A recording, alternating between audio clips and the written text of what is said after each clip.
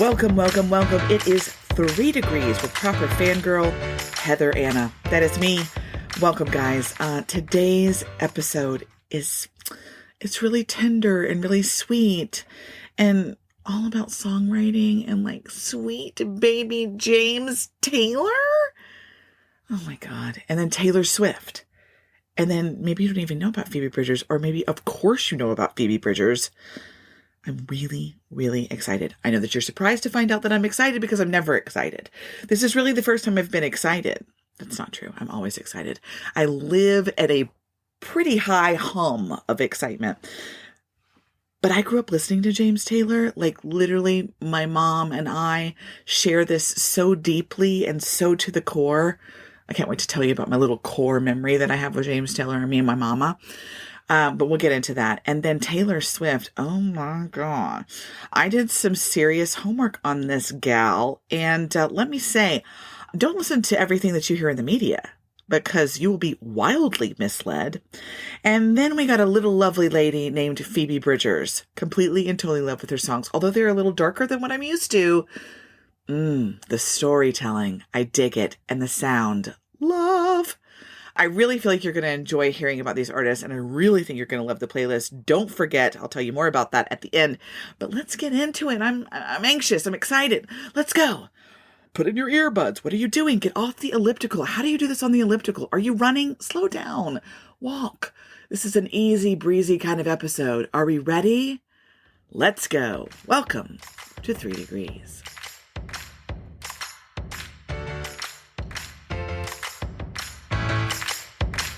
All right, guys, I gotta be honest. I am so excited to talk about James Taylor. Not because he's a 6-time Grammy winner, not because he's in the Rock and Roll Hall of Fame and the Songwriters Hall of Fame, or because he sold 100 million records worldwide. All of that is, well, legendary, all that kind of stuff. But no, I have like a personal connection to James. It was like the one secular artist that my family listened to where whenever it came on, we could listen to the whole thing. There was nothing about it that was anything but just magical and beautiful. One of my favorite core memories that I have in recent years as an adult was with my mother driving to Gulf Shores. We were going to do a girls' weekend with me and my sisters, but Mom and I went down early. So we listened to some Christian music first, and then we got into James Taylor, and we kind of got stuck there for a little while. I mean, it's almost spiritual. It's so beautiful. I mean, when you think about, in my mind, I'm going to Carolina. I mean, aren't you swaying in the breeze? Isn't it a beautiful sunshiny day? I mean, don't you want to just kind of shower the people that you love with love? I mean, isn't that just how you feel about our sweet baby James? He's amazing, but that's not where he started. So let's go back to where he started. He is one of 5 children. Mom and Dad, though they were not artists, were very much into music. They had an extensive record collection. They loved musicals. Now that is music to my heart. Because did I grow up listening to all the musicals? Yes, I did. Did I watch all of them? Is my most favorite Sound of Music? Yes, of course it is. Because the hills are alive. Okay, but we're not talking about my growing up. We're talking about James's growing up. Everybody stay on task here. Anyway, so he grew up listening to music, and his parents really encouraged the children to pick up an instrument. So he played the cello for a few years until he got introduced to the guitar. And he was like, I'm going to need to learn how to play that. So at 12, they got him a guitar, and that was it for him. He was like, yes. And you'll also see this correlation with our next artist, Taylor Swift. We'll talk about that in a couple minutes. So he gets the guitar and he's like, this is amazing. And he didn't really get any formal lessons. Now, for those of you who think about taking music lessons because you're like, I need someone to teach me how to play the guitar or the piano.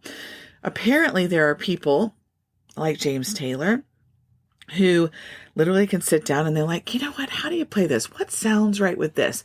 And you pick and you play and you create your own style of picking the guitar because, well, you're James Taylor. And that's what sounded right to you. So does he play exactly like every other guitar player or picker? No, he doesn't. He created his own style. But that's how he started playing the guitar, and that's how he started writing songs. Eventually, he had a band called The Flying Machine around 68. And they did all right. They thought they had a record deal, and it all went to shit, as it does sometimes. And around this time, he had already kind of dipped in the drug scene. And he talks about one of his core memories was calling his dad, or his dad calling him. Somehow he's talked to his family back in North Carolina. And Dad says, "How are you doing, son?" And he's like, "Dad, I'm not doing that great." And he kind of explains where he's at and where he's living, what's going on. And Dad says, "I don't want you to move. Don't move. Don't leave the apartment. Don't go anywhere. Don't do anything until you know that I am there. I want you to wait for me." And his dad walked outside with his set of keys, got into the family station wagon, and drove 13 hours to where James was. Went up to his apartment and said, "Let's go." Puts him in the car and drives him 13 hours back home, where James spent 6 months cleaning himself back up, getting ready for his next venture. That's support. That's somebody who sees you, knows you, believes in you, wants good things for you. So he had a good family, but they had some struggles with addiction, with mental illness. Even James ended up in a psych ward in his younger years, and one of his brothers passed away from alcoholism. So he knew that addiction was a thing, whether it was nature or nurture. It didn't really matter. He knew that he needed to be careful. But when he was 18, he convinced his parents and said, "Look, I need to go. I've got to do that. I can't do college. I really want to do music. Please let me go to London." So they bought him a ticket. They sent him to London, and he met some really good people. And these people listened to him play and went, "Dude, you need to be doing something with this." He was like, "Right. Yeah." I mean, this is like back in the 70s, long hair, little stash. I didn't know that James Taylor had long hair until I went back to research him. I was like, "Oh, I just thought you always had no hair." People that have no hair now, 50 years later, like a lot of times they had hair when they were young. So that's a good lesson for me. Yeah, a little bit awkward, but whatever. He had luscious locks, and he was in London, and these friends said, "Look, this is what you need to do. You need to get with this person and that person. We got to get a demo made. We got to get your music out there. Like, people need to hear you." He's like, "Okay." And he has this one friend named Cooch. It's Danny Kucherudu. I don't know what his last name was, but he calls him Cooch. And Cooch introduced him to Peter Asher. And Peter Asher at the time was the head of Apple Records. Apple Records was the record company by none other than the Beatles. Have you heard of the Beatles? Yeah, just a little unknown group at the time in the 70s. Yeah, they had started their own record label, and they were looking for artists to sign up. And Peter Asher says, "Hey, Paul, George, would you like to listen to this guy? His name is James Taylor. He's kind of up and coming. It picks on the guitar. It's great. It's kind of folksy. It's kind of country. It's got a southern United States vibes. I think you're going to love it." And they did. They did love it. They signed him. Said, "Yes, let's do this." But as fate would have it, oh my God, here we go again. Apple Records falls apart. The Beatles fall apart. And even though that happened, he had made this connection with Peter Asher, who helped him produce his album. And so he and Peter went back to the States, and they did Sweet Baby James, the album. Okay. That did all right. I'm not going to lie. That was a pretty good album for him. If you don't know Sweet Baby James, bless your precious heart. I hate that for you. I just encourage you to listen to the playlist that I'm going to put in the description of this episode, because I'm going to tell you you're going to fall completely and totally in love with him, as we all do. So when he goes back to the States, he meets Joni Mitchell. Anybody heard of Joni Mitchell? Yeah. So he did a little bit of stuff with Joni there for a little while. And then he ends up getting married to Carly Simon. So dated Joni Mitchell for a hot sec. Amazing music, incredible songwriter. Oh, I forgot. He also wrote music with Carole King. I feel the earth move under my feet. Yeah. She actually wrote You've Got a Friend. You've got a friend. That one? Mm-hmm. Yeah. Okay, so he's surrounded by these incredible songwriters. But his drummer introduced him to heroin. Precious. And as I mentioned before, he struggled with addiction. He spent 18 years addicted. He recognized that he needed help. So he got the help that he needed. And one of the things that he says helped him was exercise.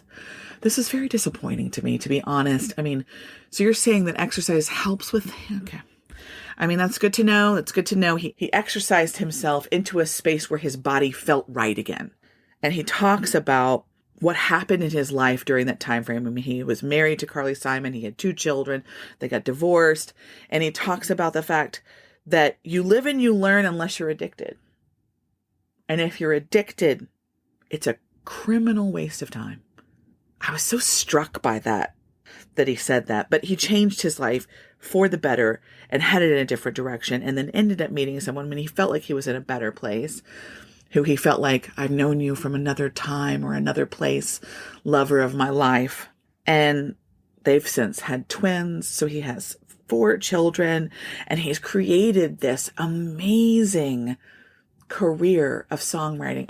One of my other favorite things that he said was, there are some people who go out on stage and you get a persona of them. There's lights, there's costumes, there's makeup, there's this person that they put on for you. And I think that's true. I don't think one is better than the other. I think that different people do different things. But James said, when I come out, it's just me. It's just regular old me out there singing you a song, telling you whatever I've got to tell you, whatever story correlates with whatever song he's about to sing. And it's so genuine and so pure. He said that he has a spiritual need, and music satisfies a lot of it. Because he grew up in a household of atheists, he didn't get introduced to that kind of spiritual thing. So I think a lot of people feel that when they listen to his music, which is probably what Taylor Swift's mom felt like when she had Taylor. And she was like, yeah, I'm going to name this baby after sweet baby James, and I'm going to call her Taylor Swift. All right, y'all, there is a lot to get into with Taylor Swift. I don't think that mom was thinking when she named her sweet baby girl after sweet baby James that she had any idea what this girl was going to bring to the table. Now, I'm going to be honest. The information that I knew about Taylor Swift was stuff that has been thrown around in the media. Obviously, I understand and I know this is not all there is to know. And I actually even watched her documentary that she put out a couple of years ago called Miss Americana. If you haven't watched it, you should. And because of where I was in my life, I heard different things than I heard the second time that I listened to it. So I encourage you to go back and take a listen to that. But what I will tell you is this girl was kind of destined for greatness from the beginning. And when I say destined for greatness, I don't mean that she was going to be famous or she was going to be this huge songwriter or she was going to be this major performer. What I mean is this girl had a gift for language. She grew up on a Christmas tree farm in Tennessee with her mom and dad, had a little brother. They were a sweet little family trying to raise their kids in the right way. And she was interested in language. She loved to write. In fact, she won a poetry contest at one point when she was in elementary school, and then she wrote a novel when she was in the 4th grade. She was gone for the summer, and she was so devastated that all she could do was write a chapter a day, or however many chapters a day, and she would send them back and forth to her friends because she would write them about her friends because she missed them. She was sad. It was like a 400-plus page novel that she wrote in 4th grade. Now, I thought I was full of language and full of words. She might have outdone me there. So she had a love of language and a love of poetry specifically, which would come in handy when one day somebody comes to her house to fix her computer, and he brought his guitar with him. Now, why the man that's coming to fix her computer brings his guitar, that's a completely different story for a completely different day, and I don't even actually have the answers. But nonetheless, he came there, and she was like, do you play the guitar? Obviously, he plays the guitar, Taylor. He has a guitar. And he was like, yeah, I play the guitar. Would you like me to teach you a couple chords? And she was like, I would love it if you taught me a couple of chords. And so he did. And he's like, you know what? Practice the chords this week and I'll come back next week. All kinds of bells are going off for me. Why are mom and dad letting this man come back and teach her guitar? Okay, I'm sure it was fine. She seems like she's fine. She would tell us if she wasn't. But he came back and started teaching her. And she wrote her very first song the day that she learned those 3 chords. She'd been practicing, y'all. She didn't just wake up and become this amazing songwriter. She had been practicing because she'd been writing poetry and she'd been writing novels. And then they gave her an instrument, and then all of a sudden she had this vehicle. Does it sound familiar? Remember James Taylor when they gave him a guitar at 12 and then he taught himself how to... Yep. Songwriting with a guitar. And they both her and James talk about how, like, it's this portable little vehicle that you can take with you, that you can play for others to help them hear what you hear. So she learns guitar and she starts writing songs immediately. And then she's like, Mom, Dad, we have to be closer to Nashville. We have to move. So when she was 14, Dad says, okay, let's move closer to Nashville. So they do. And she starts working with songwriters on Music Row. I mean, of course, as you do, obviously. And she is such a boss. There's one little concert clip that I saw where she's out there and she was like, hey, y'all, go listen to my song, Tim McGraw, on all the platforms, and go call the radio station. Bless her precious heart. She was a boss. Okay. Hey, everybody, if you haven't heard my song, like, nobody knows who I am, but I've got this song called If You Sing Tim McGraw, whatever. I don't know all the words to that one off the top of my head. If I was listening to it on the radio right now, I could. Stop judging me. But you want to know my favorite? I don't know about you, but I'm feeling 22. Oh, because I feel 104. But I like to remind myself that I can't feel 22 if I sing Taylor Swift songs. Stop. Everybody, pay attention. We're telling a story. Anyway, so she gets signed with this record label immediately at 14 with Sony ATV Tree Publishing House or something. And she immediately was like, y'all aren't listening to me. I don't feel good about this.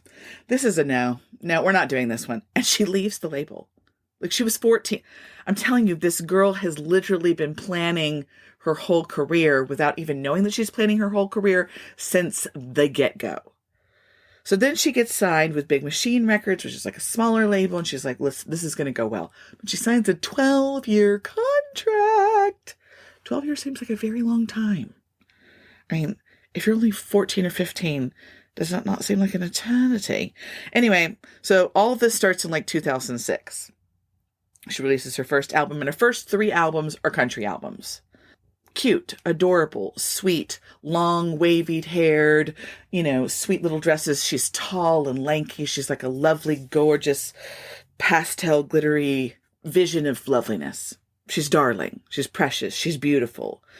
She has cat-like features, in my personal opinion. She's just lovely. Anyway, so she's writing these little country music records, and then she decides, I don't feel like you have to be, stuck in that, right? Didn't Shania go from country to pop? Why can't I do that? So then she does. She switches into pop music.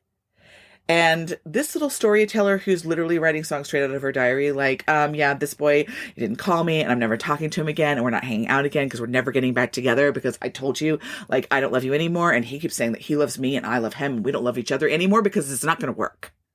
She's writing all these songs just like that. How every teenage girl talks about every guy that they ever love or date or whatever. And everybody's like, why do you have to write about every relationship? Because she's a teenage girl. And then she's like, 20-something girl. And now she's a 32-year-old girl. And man, she's still writing them. She is still bringing out this storytelling straight out of her diary. Now, as you can imagine, a beautiful, young, strong, powerful girl in the music industry telling everybody exactly how she wants to do things. And boy, do people have things to say about that. Yeah, they don't like it so much. And then they say, oh, you're this and you're that. And you date too many people and you talk too much about the boys that you date. And the same freaking story. I feel like we keep repeating the story. Did she get a really sassy album out called Reputation? Were there snakes in this tour? It was her last tour, actually, and it was really, woohoo, okay. Wow, aggressive. Love it. Love it. Mixing it up all the time. Changing the way that she looks. Doing something a little different. Still sounding like Taylor. Still sounding like herself. Still telling stories. But she wasn't going to get pushed around. I like this about you. And then you watch the documentary called Miss Americana, and this is when you find out that she stayed silent the whole time. She's just been trying to be the good girl.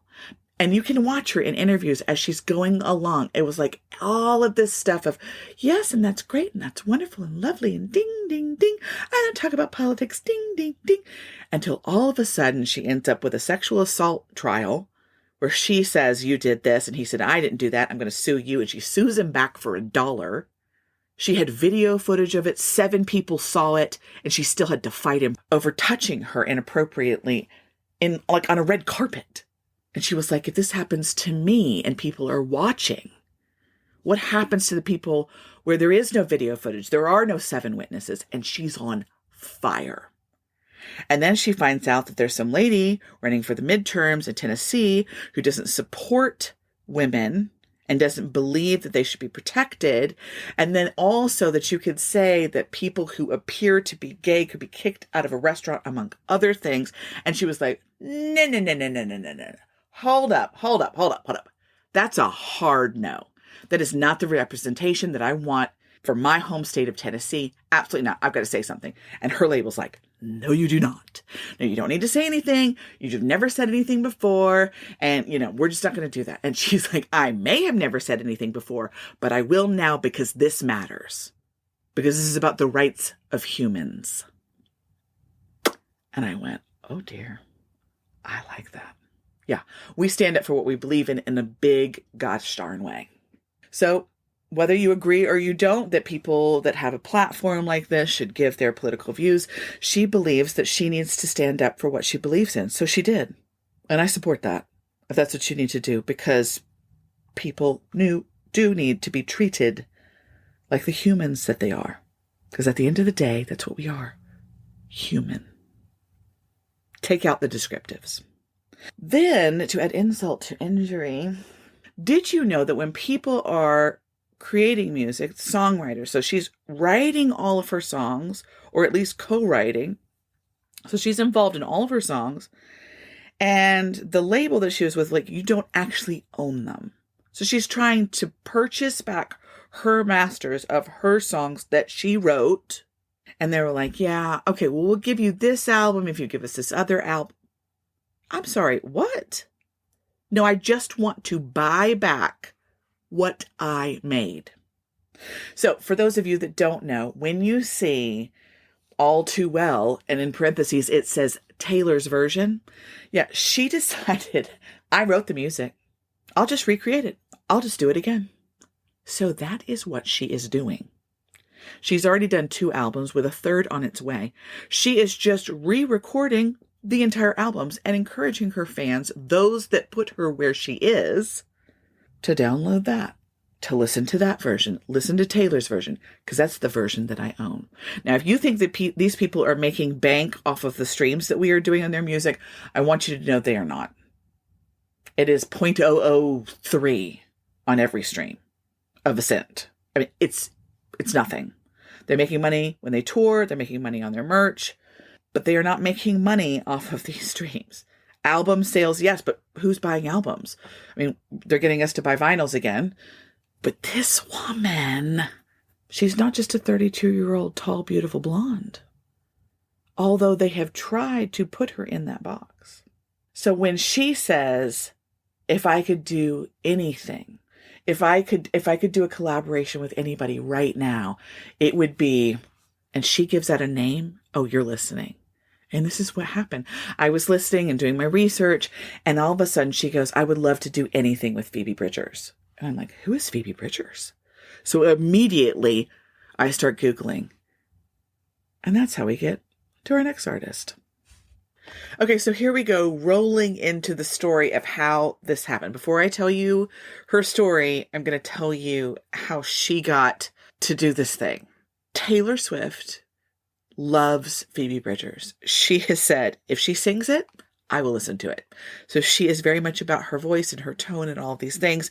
And because she was re-recording these albums, she was doing Red at the time. She had a song that she wrote when she was 22 called Nothing New. And she decided she wanted another female artist perspective on this song and do it as a duet. So she reached out to Phoebe Bridgers. Now she said, I know not to cold call. I know not to just randomly out of the blue, hi, it's Taylor Swift. She knows not to do that because, well, one, you're not going to believe that it's Taylor Swift. And two, she doesn't want to throw them off and make them say yes to something they don't want to do creatively. So she crafts this long text message. Here's the song. Here's what I was thinking, blah, blah, blah, blah. And she sends it to Phoebe Bridgers. And her response was, I've been waiting for this text my entire life. Okay, so I got to go back. We got to go back and let me tell you the story of Phoebe Bridgers. Phoebe Bridgers was born in Pasadena, California, which is a suburb of LA. I'm learning about the suburbs of LA as I'm researching artists. If you do not know that, now you do. And she, mom and a dad, and she's got a little brother, and both parents were very much interested in music. So they think, okay, she's got to do piano. And Phoebe felt like piano was like math. I don't know if it was at the 3/4 time or the 4/4 time, whatever it was. The quarter note equals this and the whole note equals that, but she did not like it. And so she ended up starting to play guitar at 13. Now she does have kind of a similar sound. If you listen to her guitar playing, it sounds kind of like James Taylor, which I just get excited about. Okay, I digress. So she starts playing guitar at 13. And so she's like, okay, I really want to do this. This is amazing. And she actually got to go, which is like my entire dream when I was in high school or when I was young, fame, I'm going to live forever. You know, like those high schools where you go and it's like a performing arts school. Yeah, she went to a free performing arts school, like a public school. She had a year of opera, she had a year of jazz, and then got into music technology. I mean, I can't even begin to imagine what that was like, but that's what she was doing. So she was very into it, and she is out on the streets. She's at the local farmer's market singing, I am singing for my life. If you don't know that song, look it up. But she's out there singing and doing her thing. And she realizes how much she loves it and how much she wants to really do it. She ends up being a part of a band called Sloppy Jane. Got a break in an Apple commercial. So she's got a couple of things going on, happening. Things that, to the point where she's able to make some money making some music. And she gets signed to Dead Ocean's record label. She ends up doing this album called Stranger in the Alps. And it was produced by Tony Berg. I mean, she thought, you know what, I can do this. I'm just going to take my music. And she's very moody, broody songwriter, but she sounds like an angel. It's quite the juxtaposition between those two things. It kind of reminds me a little bit of Billie Eilish in that Billie's music can be a little dark. And I don't know if dark is the word. Full of sadness. Even Phoebe Bridgers says, my mother doesn't really like to listen to sad songs. She doesn't understand, why do we need sad songs? And Phoebe said, sad songs are like trauma representation. Like there's a feeling that you get where your kind of weight is lifted when you're seeing that mirrored back at you. Like, oh, you've experienced what I've experienced. So I don't have to carry that by myself. Again, it's this being seen and heard thing. So it kind of reminds me of Billie in that regard, but she sounds like an angel very similarly to Billie, but a different tone. It's more, I don't know, high and floaty and angelic, really. Anyway, so she's writing music and she's working with Tony Berg, and they worked on this album for 2 years. And he was doing it for free. And he told her, you know what? It's going to come back. We're going to make our money. So they continue on in this way, and she starts getting some recognition, and people are starting to notice her, and she starts doing collaborations with Fiona Apple and Lord Huron, the 1975, and Maggie Rogers and Lord. I mean, she's also called the serial collaborator. If you look up Phoebe Bridgers and, the list is very, very long. You'll recognize some of them and some of them you won't. And you'll go, that was Phoebe Bridgers? Yes. Oh my God. I love it so much. And I'm going to tell you probably my favorite song is Funeral, which is on Stranger in the Alps. And she's got a line in there and it says, and I have this dream, I'm screaming underwater while my friends are all waving from the shore. And if you've ever been stuck in a place of depression and sadness, I mean, it feels like that. Almost, I mean, to me, I think of like being in a glass vase, like you're in it and you're looking at everybody and you are literally drowning right before their eyes. I remember my father saying something about me one time at Thanksgiving after I'd had a really difficult year. And he was like, one thing I want to say about Heather is, she's like a bobber. No matter how hard anybody tries to pull her down, she just bobs right back up to the surface. And I thought about that today and I thought, but that doesn't diminish the fact that I was drowning. Like, that means that somebody was trying to drown me. I like that song. Some of these lyrics really resonate with me from places and times where I was really depressed. I wish I would have known about this music then. I feel like it would have helped. She ended up performing on SNL with one of her songs called I Know the End and ended up smashing her guitar on a speaker. I watched it back and I have to be honest, it was like watching a girl swing, well, I shouldn't say a girl, watching a person without a ton of strength swing an axe for the first time. It's like you're almost a little shocked at how much energy it's expending. It got some criticism, comments, I don't know, but she just felt like it was the time to do it, and so she did, and I'm about that. You do you, boo, I ain't mad. She also started a girl band called Boy Genius with Julian Baker and Lucy Dacus, D-A-C-U-S. And then she had this collab with Taylor Swift called Nothing New. And the song Nothing New really said something to me. Now, what you have to remember is Nothing New is a song that Taylor Swift had that was in her vault from when she did Red the first time, her album Red. And she didn't record it. She was going to save it for the next thing, but it didn't end up using it for the next thing. Because as you can imagine, you write a song in a period of time in a space where you're feeling certain things. And then once you leave that space and you go into something else, you don't feel those same feelings. I mean, I don't feel at all the way I did 2 years ago. But when she came back to re-record this same album at 30, 31, I mean, you feel differently. It's like, okay, let me put that on. It matches kind of the energy that was happening with this album. So she decided to do this song called Nothing New. And the song is about, kind of going through, you did your debut album and everybody's excited. Then you do your sophomore album. And then they're really excited. And then you do the next album. And it's like, yeah, okay. Yeah. Taylor Swift. All right. Oh, Phoebe Bridgers. Whoever it is, and they're just not quite as excited.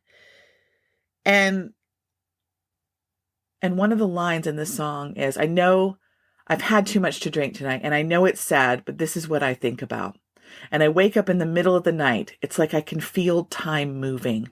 How can a person know everything at 18, but nothing at 22? And will you still want me when I'm nothing new? How long will it be cute, all this crying in my room, when you can't blame it on my youth and roll your eyes with affection, and my cheeks are growing tired from turning red and faking smiles? Are we only biding time till I lose your attention and someone else lights up the room? It stuck me. It really prodded me, these lyrics, where it's like we're looking for the likes, we're looking for the follows, we're looking to be, I'm going to say it again, we're looking to be seen. And there's this vehicle that we're going in. And what Phoebe is bringing to the table is, here is the sadness that I live in. I mean, there's a lyric in one of her songs, like, where she's not sure that she'll ever not be sad. Like, she'll always feel this way. But people need to be seen. She wrote a song about her dad called Kyoto.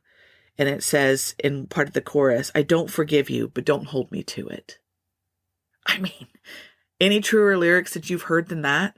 Like, I'm so mad at you and I'm holding such a grudge, but man, I'd give anything for you to do the right thing and make it right with me. Especially if it's your parent, especially if it's someone that you really, truly love. There's something so beautiful about all three of these artists and their songwriting skills. The lyrics that they pour out, this deep desire to be authentic and real. Phoebe says, I tell myself, no one will ever hear this. So you can be completely honest. You can be completely raw. You never have to show it to anyone. No one's ever going to hear it. And so that she can write music that says exactly where she's at. We're talking about a bad, emotionally abusive boyfriend. Okay, we're talking about our dad having some alcohol problems. Okay. The disappointments in our life, how sad, how lonely, how hurt we are, how worried we are about the future.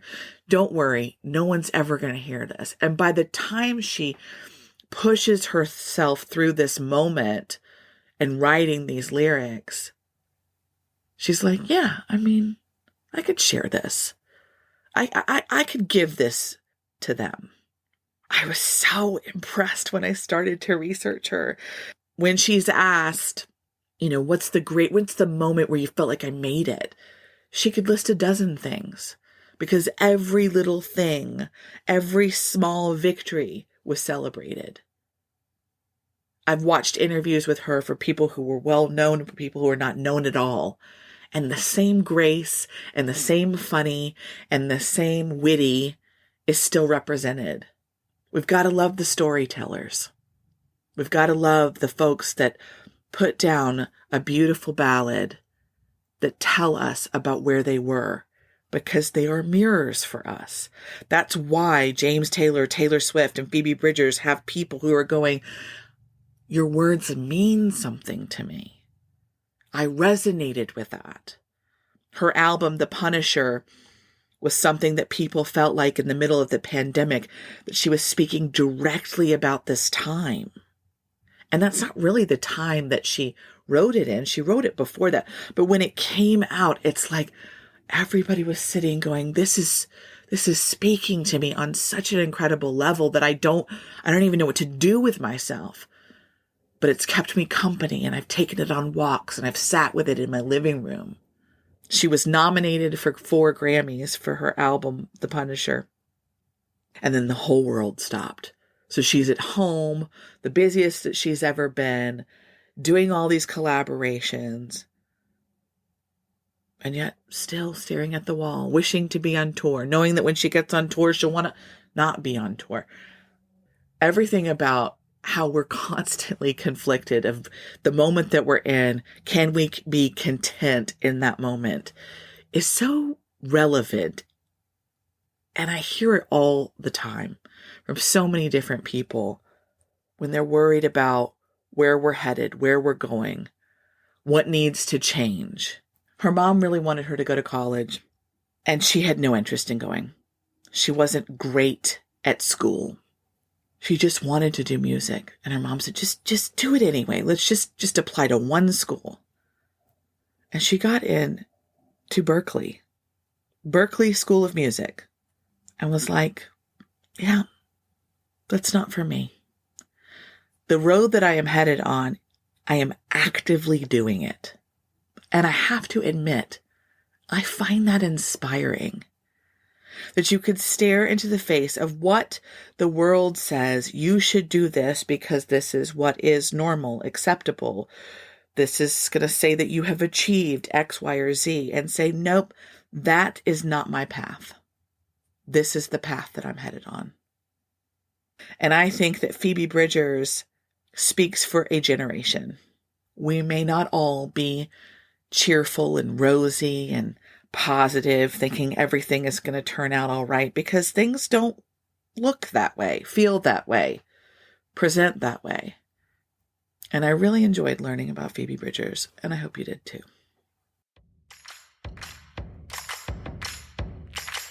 Okay, guys, I'm going to be honest. I feel like I said Sweet Baby James like 82 times.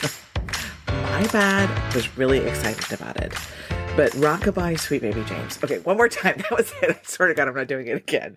I hope you enjoyed today's episode. It was so much fun. I love talking about the women that are breaking boundaries, barriers, all the things. Get out there and get your music and let it be heard. And James Taylor, 5 decades of music. He's still doing it. Like, he's pushing 80. Thank you, James Taylor, for everything that you bring to the table for all of us. There's something in the way that she moves. Holy cow! Is there a guy out there that just wants to sing that to me? I mean, I'm just saying, I might be available. I'm not sure if I'm available, but I might be. I might be. Anyway, it's been super fun today. I hope you enjoyed it. Don't forget that you can go check out the playlist. I've given you all the songs that I enjoy by all three of these artists. I hope you enjoy it. I hope you have a great week, and we'll see you next time on 3 Degrees.